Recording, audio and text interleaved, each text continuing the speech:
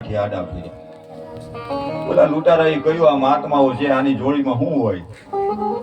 ગમ ભાઠી કે ગમે તે હોય, પણ આને લૂંટી તો લેવા જ છે, જેથી કરીને સમાજની અંદર આપણી જે થાક છે ને એ એમનેમ રહી જાય. બાબા બાળનાથની આડા ફર્યા છે, ગુરુ બાળનાથની આડા ફર્યા. ગુરુ બાળનાથ કપાળ સામે નજર કરી તો તે એક તેજ જોયું. વિચાર કર્યો કે આ તો મહાન માનવ છે. ધારે તો ગુરુ બાળનાથ એને બાળીને વશમાં કરે, પણ નહીં.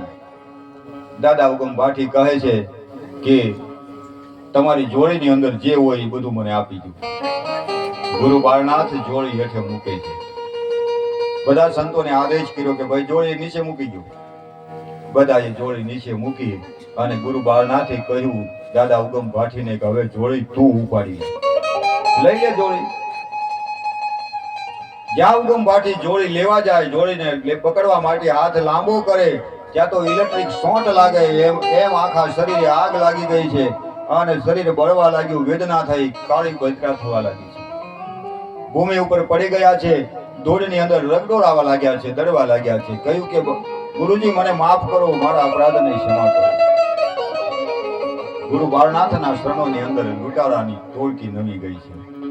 બોલે આપ સમર્થ સંત છો, મારી ભૂલ થઈ કે હું આપને લૂંટવા આવ્યો, પણ હે ગુરુજી મારા ઉપર કૃપા કરો, મને લૂંટારાને આપને શરણે લઈ અને સત્યનો ઉપદેશ આપો. કારણ કે પૂર્વના સારા સંસ્કારો છે એની અંદર, એનામાં જાગૃતિ આવી છે.